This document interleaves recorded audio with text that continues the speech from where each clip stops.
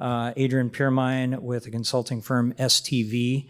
I was talking earlier about my consulting work in emerging transportation technology.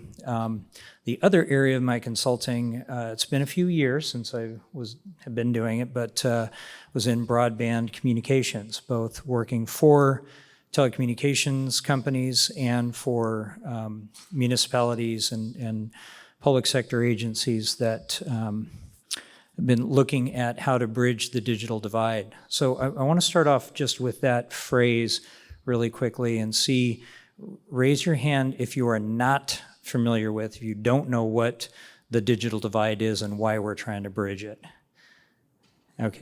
Okay, we got one. There's a couple actually out there, so I'll do a very brief discussion here. Having been a consultant that worked with the telecommunications providers and worked with municipalities, I had a little bit of visibility into the private sector side of broadband. And the companies that provide these services, whether it's your cable company, your high-speed internet company, or your telephone company, back when we weren't all using these all the time and actually had wired phones most of the time, they've got rules of thumb in terms of density, and for the most part won't build telecommunications infrastructure out to homes unless there's a certain homes per mile density. It's just not in their business model to do it. And so a lot of our smaller towns, a lot of rural parts of our country, after trying to do everything they could from a policy, incentive standpoint, whatever else, said, okay, if they won't build it, we're going to have to build something. And in many cases then began a journey in terms of, okay, what is it we need to build? And so we'll uncover that a little bit here with our panel on how they've chosen locally to address this issue. But the bridging of the digital divide is to make sure that we don't have the haves and have-nots when it comes to high-speed internet and some of these services. So with that, as with our panels all day long, I'm going to ask my panelists for a brief introduction of who you are, your agency, and your role when it comes to the broadband deployment discussion here. I'm going to ask one starter question and try to get everybody, we're going to have to do as succinct answers as we can with this. And then we're going to go down kind of round robin, ask some pointed questions. But again, if one of you hears something that somebody answered and said, I'd like to pick up on that, and that really triggered something for me, let's make it a little bit more conversational instead of me just saying, here's your question and nobody else gets to answer it. So with that, Andrew, can you introduce yourself, please? Can you hear me now? Good. I'm Andrew Entrikin. I'm the broadband manager for Whatcom PUD. Thanks for sharing a portion of your evening with me and with us. Hello, my name is Arian Schmidt. I'm the executive director of Broadlink, which is a public development authority that was formed by the Spokane County Commissioners to oversee the public broadband investments in the area for infrastructure expansion and digital equity solutions. Hello, I'm Emily Hsu. I'm the Administrative Services Director with the City of Anacortes. We believe that we are the first city in the state of Washington to develop and run an internet service provider. We hope we're not the last. So that is one of my responsibilities is managing and providing the strategic oversight to the broadband division.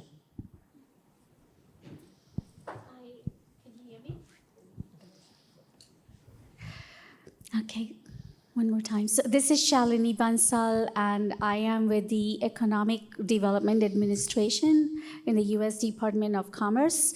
So my role at EDA is to assist with funding grants to communities. Generally, we work with counties, cities, or public utility districts. And I think the City of Anacortes actually has a grant with EDA that they're trying to implement right now.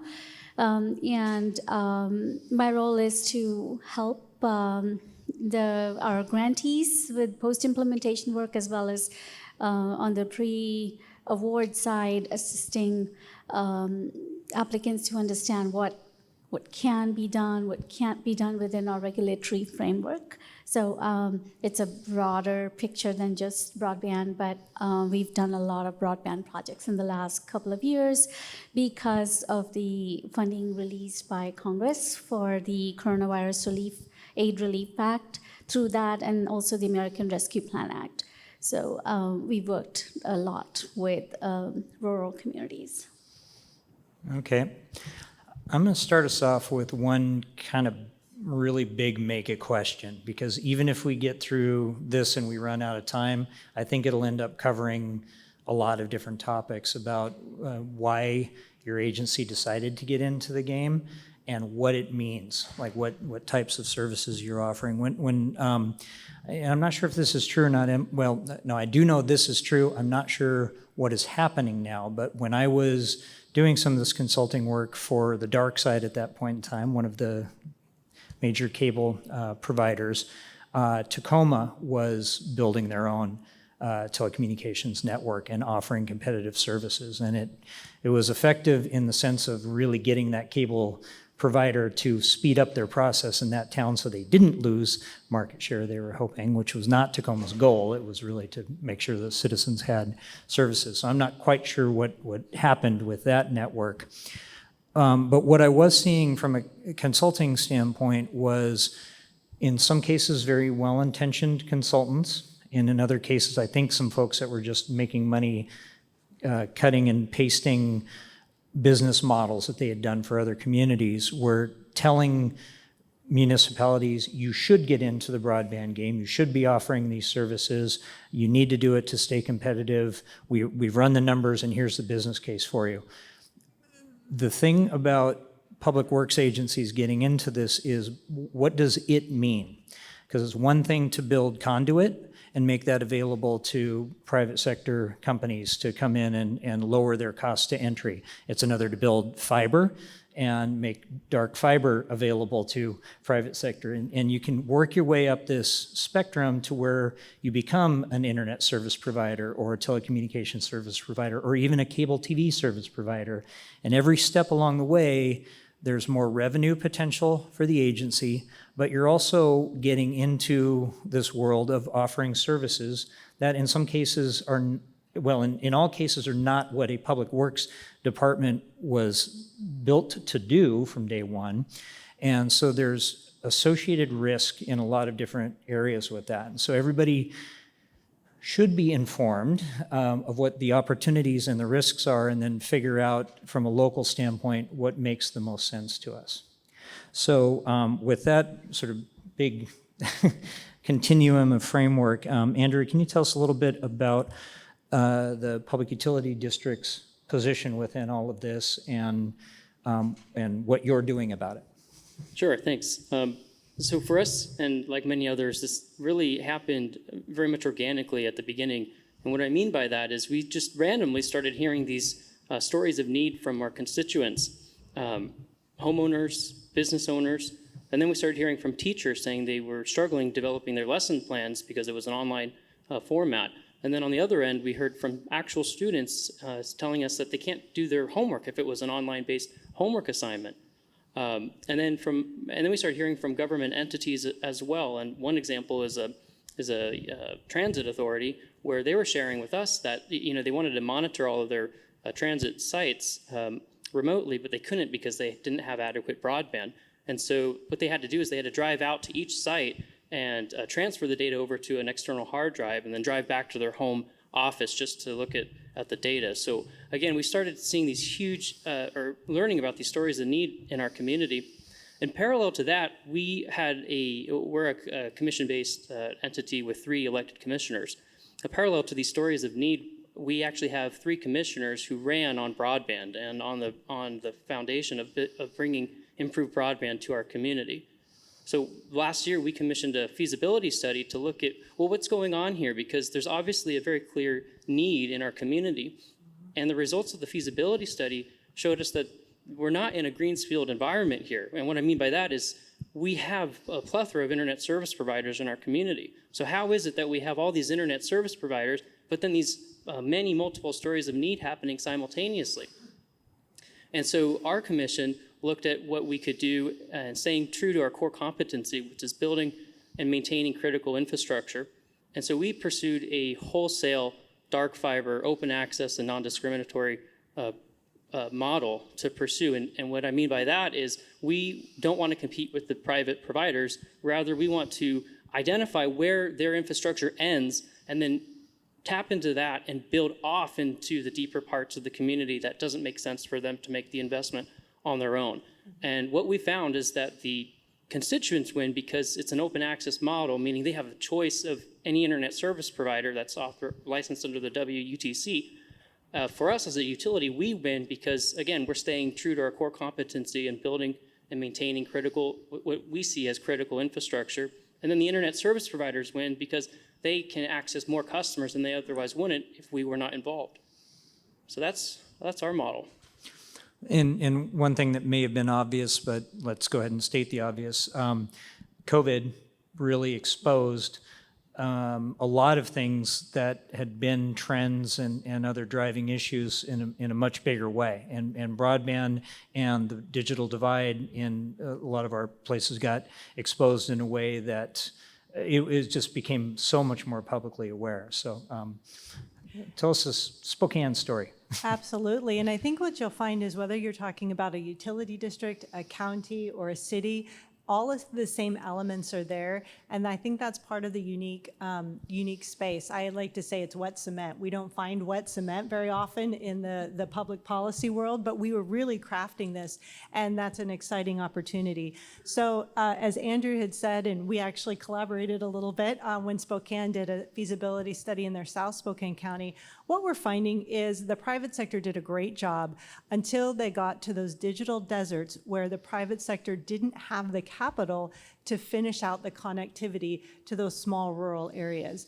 And just like when a federal grant comes to build a road, we need to make sure, and our county commissioners decided that we needed to build these digital roads in such a way, not unlike what Andrew was talking about, that we preserve those publicly funded assets in such a way that they stayed publicly funded open assets, so that in the rural areas you had more than one provider to choose from that made things sustainable, affordable, and accessible. And so that's why they chose to create a public development authority rather than a county department, rather than maybe writing that over to a single utility with a special add-on, because all of the members of the public development authority are either the county or the cities.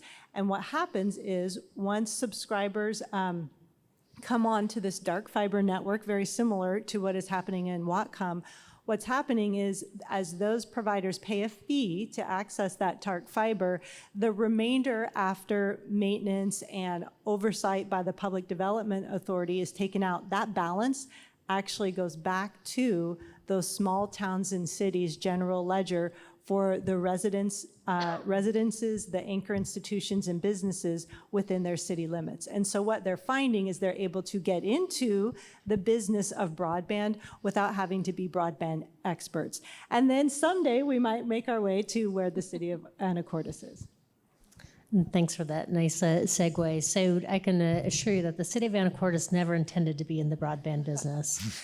And when we started this process, our first thought was, well, we are going to go and talk to the incumbents and just ask them to improve the broadband access in our community.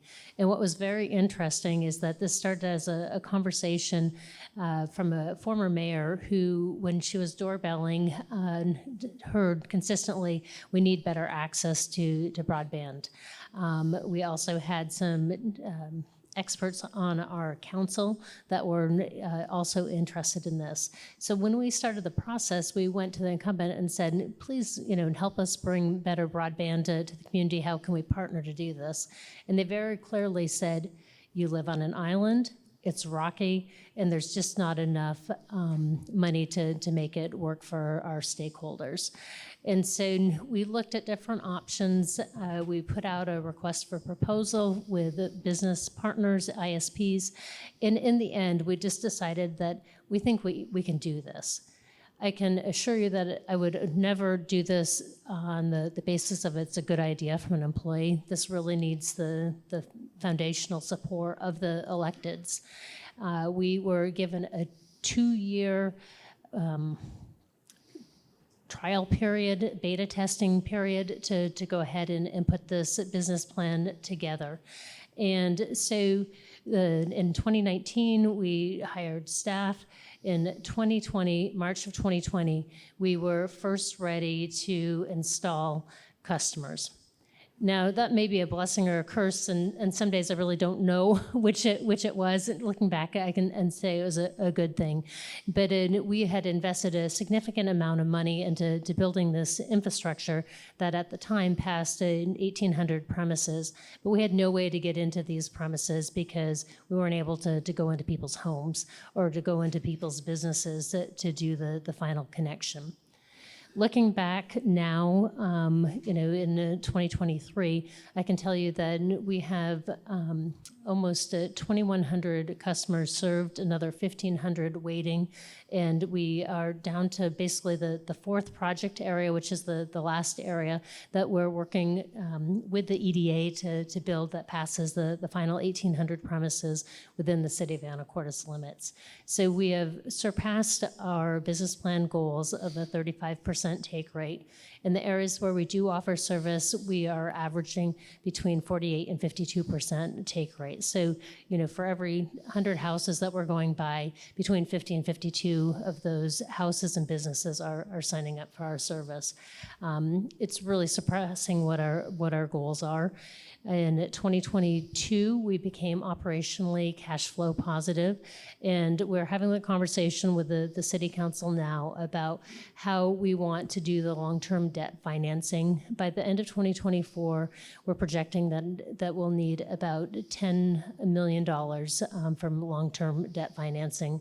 The thing that probably works in the city's favor more than in the private industry is that we have more time to be able to pay that back, as opposed to what stakeholders might need. So that's been the city of Anacortes' kind of entry into the broadband world. So And we appreciate the EDA's $2.25 million grant. So from a national perspective and seeing clearly one size does not fit all, one approach does not apply to every municipality, and some of the things you're talking about, cost of construction here is very different from place to place. What would you like to add to what you've heard here from some of the different business models, lessons learned? What I really liked from what I heard from all of you is that there was a good amount of participation from the community in the direction in which you wanted to go, and having a strategic plan and a business plan in place, because that to me, it separates the projects that are successfully implemented from the ones that take longer, have more roadblocks, etc. Many times these projects involve not just one governmental entity, and we've talked about this perhaps earlier today in other panels, where there's a county, city, and a utility working together and getting everyone coordinated. It tends to take a long time to do the implementation piece, and having that strategic plan and business plan in place really helps to keep the focus when things might get distracted, because people may want to go in different directions. So for me, I think what you all are doing, you did it the right way, and that's why you're seeing some successes, and I think it'll continue to be that way. We have a lot of distressed communities. The EDA works primarily with distressed communities, rural communities. We do the middle mile. We don't go into private businesses. It has to be publicly owned infrastructure for us to participate. And what I would encourage you all to think about, if you're thinking about doing broadband or working with communities and helping them to bring broadband, is do that feasibility study first. Do the strategic planning first and get everybody on the same page. So we heard some examples, whether it was a lot of school education. We talked about COVID and people working remotely and really uncovering where service isn't available. We didn't really talk yet about telemedicine, but there's a number of different types of applications that broadband can help support that, again, are really important, especially in smaller towns and rural communities that aren't going to have the infrastructure for a large hospital or whatever else. So we've also talked about deserts, broadband deserts. And so it's not even just a case of we have it here and then nowhere else in our county or whatever else. Andrew, what are some tools that you guys use? Is there anything like that to help figure out where service is available, where it's not? Is it just anecdotal information from your citizens, or what's worked? Yes, definitely. We take those case studies or stories of need from the community and log them. But what we found was there's just so much information available. How do you drill down to these project areas, right? And identify where the islands are in the community. And so, what I'm talking about are, where are the internet service providers' footprint, right? Where's the federal, state, and local funding that has already gone into the project areas? We want to stay out of those areas. And then there's boots on the ground verification of that information. And so what we quickly realized was that there was a GIS mapping element that we needed to get going immediately. And by using an Esri-based GIS model, we put this methodology together, and in about an hour, we were able to immediately identify, well, these are the areas that everyone agrees is unserved or underserved. And then, of course, we verify that, like I said, with the boots on the ground verification and some third-party speed test data, and we go from there. But that methodology we've used in my previous role and now, and we kind of filter that into a kind of statewide effort, if you will, to share this information, because what we're looking at is 100% grant funding. And so we kind of kept our heads down at first, and it was a competitive environment. And we immediately realized, well, no, we want to know what others are doing, and we want to share our tools and our resources so that we can all understand where the unserved areas are, and it can make the states and the federal and the local funding agencies' job a lot easier when we can come to them with these identified areas that we all agree should have an influx of tax dollars. And so that's how we've been able to target those islands around our community, and sharing that has resulted in more than $100 million in 100% grants spread out between multiple entities statewide. I'd also have to say that what we're doing is we're helping the federal government drill down to the local level. The FCC has something called the Broadband Serviceable Locations Fabric Map. And earlier this year, they said to states, please let us know, do we have all of the dots on the map that says these are places that broadband could go? And so what we did as Washington State, in, I would say, a first ever kind of coordinated effort, is we realized that the small counties really didn't have the GIS resources that larger counties did. So we actually pulled together, and to my knowledge, Washington State was the only one that did this, is we took the dots on the map that the FCC said, these are the broadband locations, and then we took our 911 address points of this is where police and fire go. And we just wanted to see, did they miss any? And lo and behold, there were over 100,000 that we believed that were missed. And so we submitted that as a statewide challenge to the federal government. I'm not sure about the other areas, but Spokane had almost 100% of our 22,000 submitted approved and received by the FCC and go, yep, you're right, you missed that. What that did for dollars on the ground is take the estimated $900 million that the federal government announced to the states that would be going to Washington to our final number, which ended up being $1.2 billion. So again, what Andrew's saying is we're checking. Now we're in that second phase of we've got our dots on the map. We'll always be cleaning those up, but now, to your point, we're validating, does that dot on the map actually receive the service that the federal government thinks they are receiving? And again, they're asking for help. And that's called the serviceability challenge.